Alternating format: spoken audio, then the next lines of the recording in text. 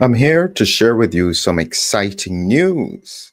On the horizon is a new combined mRNA, flu, and COVID vaccine.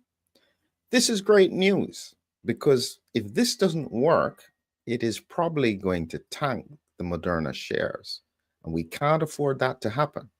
The priority here is the technology, no matter who or how the science works. That's essentially what the hope is. And so people like me who ask questions are not considered very highly in the scientific perspective. And so what I'll be talking about today is this paper produced on the 7th of May 2025 about the immunogenicity and safety of influenza and COVID multi-component vaccine in adults over 50 years, a randomized clinical trial. We'll come to that in just a minute, but I will clarify now why I ask questions and why I think I at least should be given a little bit of consideration when I raise questions. And the reason is simple. I have a habit of being right. I say that as kindly and as gently as I can, because in 2020, I made the prediction about autoimmunity in COVID 19. This was actually our second paper. And you can see this is over 23,000 total views. We've had 56 citations. And at the time when we spoke about it, it made no sense. Now, it was just because we were looking at the science and we recognized that there were some unusual characteristics about COVID 19.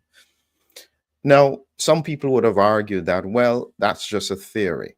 Well, if they said that, they wouldn't have been keeping up to date with the science because, again, here in 2024, it technically confirmed exactly what we were predicting: autoantibodies to ACE2 associated with COVID 19 disease severity. So, when I'm talking about this, I am almost always coming from an autoimmune paradigm because it makes sense.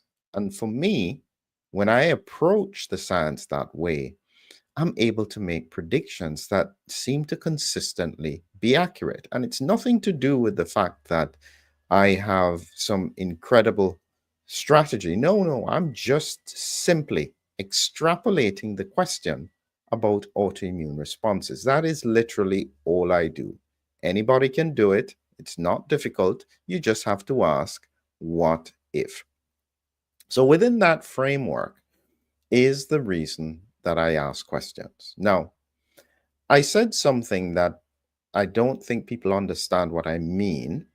And if they do, they don't want to think about the implications of what I mean. And I said that there are some viral diseases that are not easily amenable to vaccines.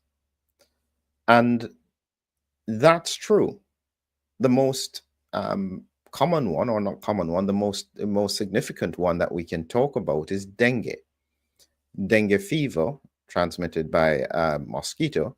But if you try and vaccinate against it, the problem with dengue is that there is immune imprinting. And so if you had one viral strain, if you get another viral strain, it causes an overreaction in the immune system, which leads to dengue hemorrhagic fever. And so the premise of dengue is that you have to be careful because the primary pathology is an overreaction of the immune system. That to me makes perfect sense, therefore, to be cautious with that kind of disease. And now, if you think about COVID, the reason you have severe COVID is because of an overreaction of the immune system. That's the cytokine storm. And so, for me, just simply from an autoimmune perspective, I would say therefore requires you to be very careful about how you interfere with the immune system. Simple as that. That's essentially what I've always said. If you're doing anything, make sure you consider those risks. What are the risks? What are the benefits? And don't just look in the short term, because autoimmunity is a long-term headache. It doesn't go away and it causes problems years down the line. And so this is why I still speak about it. So let's get back to this paper, and I will highlight a few very important points that will be linked to something else I'll talk about in terms of just the immune responses and critically again, IgG4. But let's start off again with the paper. As you can see, this is supposed to be good news for Moderna, and they have to get this to work, because at the moment, if they don't get this to work, I think that is pretty serious from a financial point of view. And so there's a lot riding on this. And what they did is that it was a phase 3 study where they gave the mRNA 1083 and they found a non-inferior immune response against standard care immunization. So they were comparing the seasonal influenza vaccine co-administered with SARS-CoV-2, the Omicron XBB.1.5 vaccine. So they used these two together, and then they were measuring the immune responses. So you can see here that they had two age cohorts over 65, randomly assigned 1-to-1 to receive the vaccine plus placebo, or just the influenza vaccine and the standard COVID vaccine. And so they were comparing it head to head. And then what they were looking for was specifically humoral immune responses. That means antibody responses compared between the two. And they used about 8,015 participants, and they split the group in half, and they found in conclusion that it met non-inferiority criteria and induced higher immune responses than the recommended standard influenza vaccine and COVID vaccines against all influenza strains. So this is what they are now saying, is that this is a good thing, and they want this to move forward, probably to phase 4. The thing I don't like straight away is that if I click this full text, I need to pay for it. This is not accessible. And so what that means is straight away, they have a vaccine that they intend to use broadly in the population, and they are not freely sharing the data. That's a problem. How are they supposed to be challenged on it? Unless their intention is not to be challenged, which then would make perfect sense. But you have to, if you are doing something like this, I don't know if this is a must be Moderna connected trial. What money do they need from the institution who is publishing this in order to get the public to be able to look at it? That's very, very important. So that's a red flag, in my view, is that this should be out there available for everybody to see. Now, one of the problems I have is the combination, because the flu vaccines have been around for a while. We know what they do, we know how they work, and they're relatively safe. You can argue about whether or not they work so well. That's a different argument, but they're relatively safe. But when you combine them, if you haven't fully explored the reason so many people got unusual side effects with COVID vaccines, that's a problem, because you will either, unless they assume that they're not going to have any further issues, I don't know why they would think that if they understood the autoimmune paradigm and the spike-mediated autoimmune responses, but then you will not be able to differentiate which one is the problem. So it will be either you pass over and just assume that the COVID vaccines are fine, or it kills the flu ones. It just doesn't make sense. They should never do this as a combination, especially with new technology. You start off on its own. If you're going to use mRNA technology with influenza vaccines, on its own, 5 to 10 years, demonstrate that it works before you start fiddling around with combinations. Is that so difficult to understand? That's just my thought. Okay, so let's now get back to the basics of the science. And I'm going to take you through a few steps so to make sure you understand where I am when I'm talking about the technology and what it means.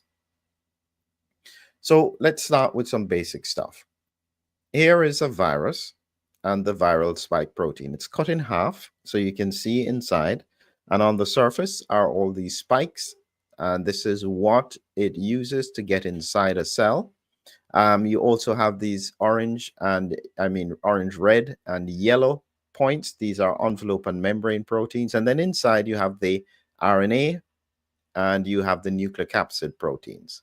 And this is the spike protein blown up. This is what they use in the vaccine. And it's also, in my view, the most dangerous part of the virus. But then what is my opinion on it?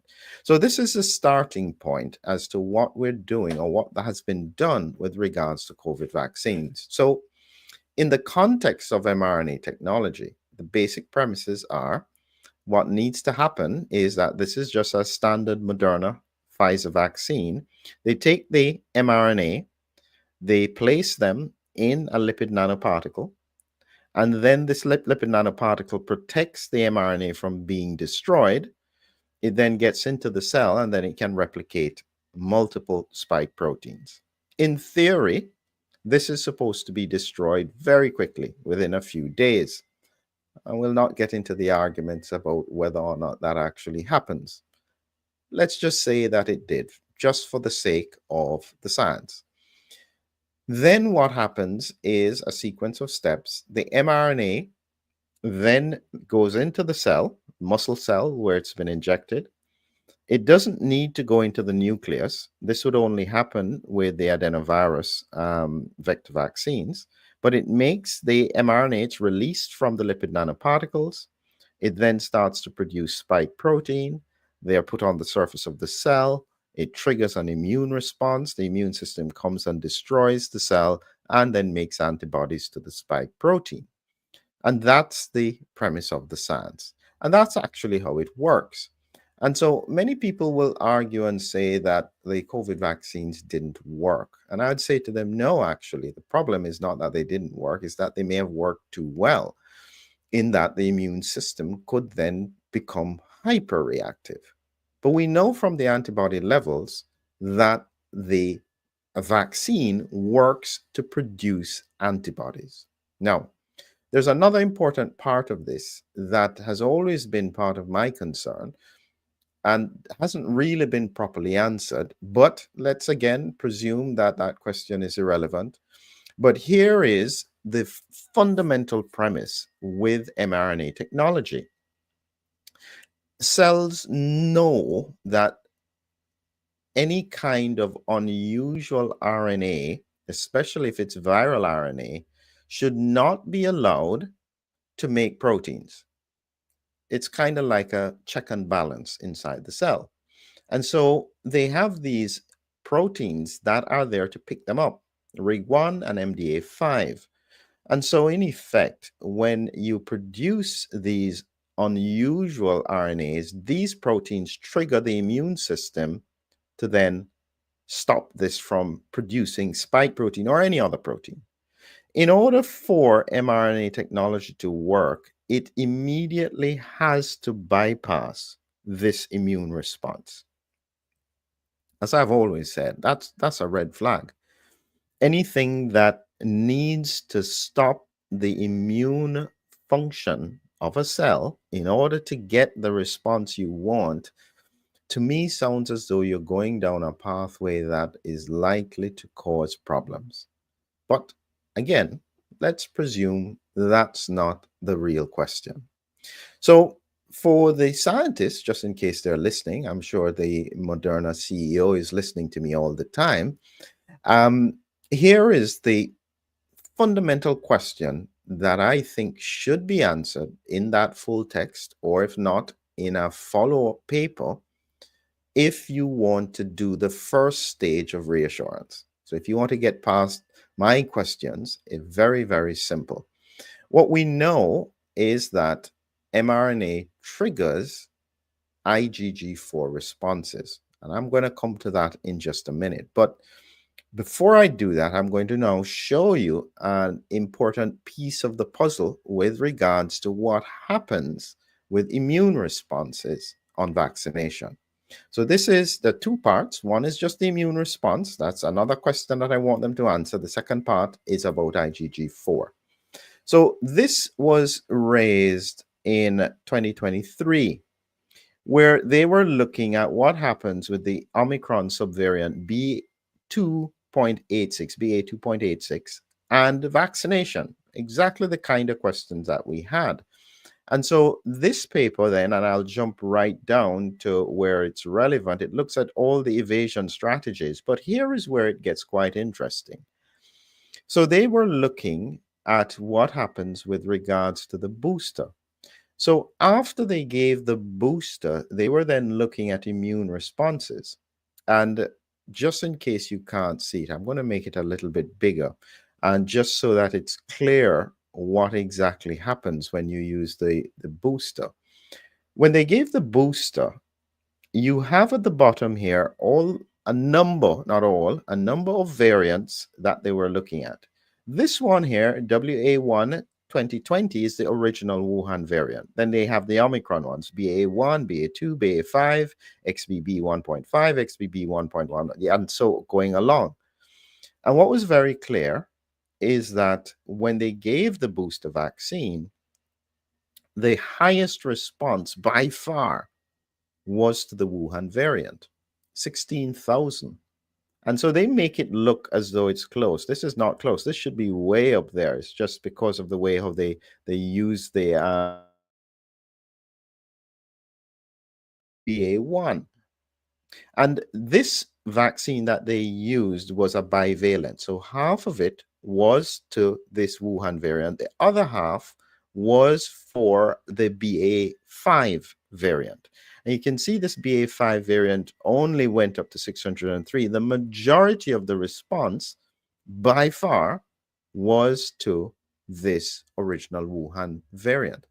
That's a problem because these antibodies weren't working so well, which is why they were updating the vaccine. And so the first question that needs to be answered is, when they use this new vaccine, which is targeting the XBB 1.5, where was the primary antibody response? Do we still see immune imprinting, where the strongest response is largely to the Wuhan variant? Is it that there is now an equal spread of responses across multiple variants? That's what I suspect is going to happen, because there was a follow-up paper to this where they did, again, the same thing, looking at SARS-CoV-2 Omicron subvariant BA2.87.1. And this time, they were looking specifically at the XB 1.15 to see the response of the immune system to it. And again, you can see that here, even though the original Wuhan variant jumped twice, it was still relatively high, 3 times for the BA2. The highest was actually for the JN1, went up 13 times. Now, this wasn't the primary target, that and went up 5 times, but they are closely related, so it may not have been such a bad thing. But you can see that broadly, the immune system is still zoned in on that original variant. And so, as I said, this is part of the immune imprinting that seems to be part of the problem why we're still having COVID circulating. The immune system can't quite recognize the variants. And every time they imprint another variant, you then have even more evasion. And you see the cycle going on and on. And this is tying in what Gert was talking about, where he's expecting there'll eventually come a variant that there is nothing that it can touch. What then happens next? That's part one. Because I think that if they were doing that, they should have looked at which antibodies were targeting the specific variant that they vaccinated for with the COVID variant. That is very, very important. So even though they said that they had non-inferior responses, my question is, did it actually respond appropriately, or is the immune system still confused? The second part of the question is now to do with IgG4.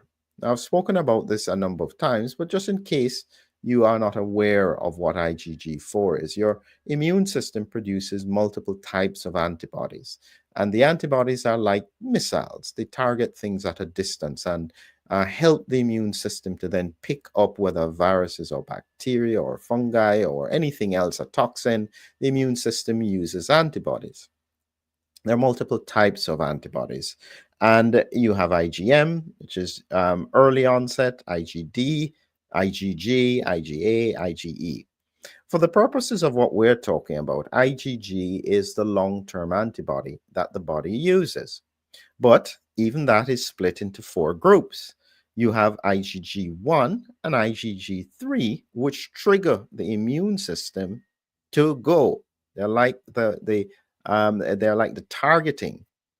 But you also have IgG4. I'll leave out IgG2 for the time being, but IgG4 does the opposite. It's similar to how the body is always doing that. It always has, if you have a strong action one way, it always has a balancing system. And IgG4 tells the immune system to back off. Don't worry, this is not a problem. This is what happens when beehive beekeepers are continuously stung by bees. They have lots of IgG4 to tell the immune system, don't worry about the bee stings. So IgG4 does have a use and a place, but I wouldn't have thought it was particularly good in the context of vaccines. Why would you want that? This is nothing we have ever seen before. It doesn't even happen with the other COVID vaccines. This is something very unique to mRNA. So it's absolutely critical that this is looked at and clarified. And this is what it would tend to do, is that instead of triggering inflammation to the virus, it will tell the immune system to back off, to stand down. And so therefore you won't pick up the spike protein, and you're likely to have, in theory, more viral circulation across over time. And we saw this in terms of autopsies where there was significant viral dissemination. And a paper specifically looking at this IgG4, which is in yellow, this was from 2023, the class switch. You can see that if someone had mRNA and no infection, it's almost 46% of the antibodies that were produced were tolerant antibodies. This is not what you want.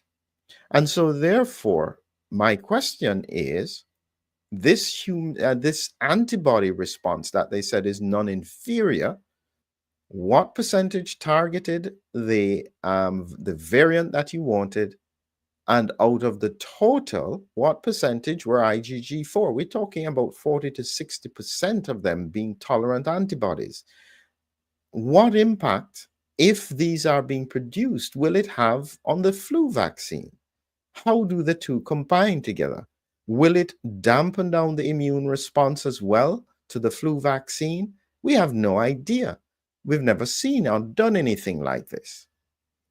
As far as I'm concerned, these are unnecessary kinds of gambles. Why would you combine it? Just do the mRNA. If you're going to do it, if you're going to drive it through and ignore all the questions, please at least do it on its own so that we can get 5 or 10-year studies, know it's okay. Then if you then had to combine them, do another 5 or 10-year set of studies, make sure it's okay. This kind of approach to me, where they're combining them without that kind of research, is almost like you're trying to hide something, especially when you don't give us the paper. So my point now is, okay, let me extrapolate the science. So you're going to do it with me. And this is now where I'm thinking, okay, what are the implications long term of this continuous production of IgG4. And you know what's interesting? Once the immune system has been primed in this way, even infection triggers IgG4. It's not just vaccination. And so there is ongoing IgG4 production. And I suspect, I've always suspected, this may be the primary reason why it had an impact on severe COVID, because it's a cytokine storm. It's like giving steroids. And so you dampen the immune response, and so therefore you have less of a severe COVID response. But it doesn't mean that people are not going to die. They will just die in different ways. So here is my extrapolation based on the primary targets that I think will be producing autoantibodies to specific proteins. There are three ones that I think are very important. The first one is ACE2. And the autoantibody effects will have an impact on the renin-angiotensin system. That's about blood pressure. So it will go off. So very often you're likely to then see blood pressure going off, kidney disease getting worse. You may get myocarditis, stroke, pulmonary disease, all from ACE2 autoimmunity. It may appear to be dampened because of IgG4, so it will not happen quickly. Neuropilin 1 is another protein that can be triggered with regards to the spike protein. And in this case, you get lots of neurology, neuropathy, chronic pain syndromes, dysautonomia, neuroinflammation. And the third one is CD147, which is on the surface of many immune cells, especially lymphocytes. And so if this is targeted by autoantibodies, you would get fibrosis in the lung and the liver. It could cause clotting issues and inflammation of the blood vessels. This is the kind of prediction based on an autoimmune paradigm that I would therefore expect to happen. So then, when would it happen? That's the problem, because autoimmunity never appears quickly. Autoimmunity is like a slow burn. It just hangs in the background and presents years down the line. And that's my concern, because when and if it presents down the line, nobody will remember why it occurred.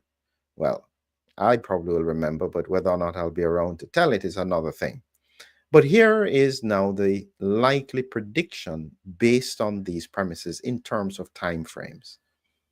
1 to 3 years, which is where we are, elevated IgG4. That's where we'll see the long COVID issues, multiple reinfections, latent reactivations of many viruses, Epstein-Barr, shingles, all of this will be happening. And there's not going to be much of a mortality shift. It will only be slight, which is where we are. When you look at the Office of National Statistics in the UK, it's not down, but it's not frighteningly up. 3 to 5 years, then you have the IgG4 is just dominant, being produced, triggered all the time. That's where you then have the chronic illnesses, reduced vaccine response. That's when the cancer signals go up because they're tied together. IgG4 suppresses the immune system, and the immune system is critical for cancer. And so you would then see a rise in cancers and chronic disease. 5 to 10 years down the line, by this time, the immune system is just flat. It's not responding. You're seeing early onset cancers, weak responses to new diseases, new infections. You're going to see rising cases, TB, measles. You'll have Campylobacter in India. It will just be all over the world. You're seeing these unusual diseases making a resurgence. And that's when you're going to see a noticeable increase in all-cause mortality. By that point, even if you know, what difference does it make? So many people will be so sick. So many people will be fighting with chronic illness. People would have died. And then you look back and you go, oh, yeah, that was a problem. It's kind of like what happens with asbestos. They knew asbestos was a problem from the 1950s. It wasn't banned until 1999. You know how many people ended up with lung disease because of it? That's the kind of approach we're doing now. And I suspect this is a financial approach because when you do it that way, the implications financially are far easier to tolerate. We need more advocates. We need more people to ask questions, to push industry into answering the issues that are in front of us, not to just wave it away and keep on going. But this is a lonely journey. It seems as if very few people have any interest in these kind of implications. It's almost as if let's wait and see if it's a problem, we'll address it then. Well, the reality is, if that's what you do, you'll not be able to address it. You won't even be able to mitigate it. You will just be able to look at it. That's the reality. So, for those people who want to stay informed, remember there are lots of courses. I have one here specifically because I think this is going to be very relevant, and I'm trying to figure out ways to be able to mitigate this. So, please, if you are interested, take a look at this. It gives you an overview and it ties you into the fact that I'm coming forward with a very detailed approach as to how we manage the immune system's response to this. I don't know what the answer is, but at the moment, it seems as though there is a very strong push to move on. Leave the past behind. Let's get on with the technology. The technology almost seems to be more important than people. You are in the way. If that's going to be okay for you, then don't ask any questions, but accept what comes in the future graciously. For those who don't, try and be educated. Listen, research, ask questions. Let's make sure it's not an easy ride. Have a great evening.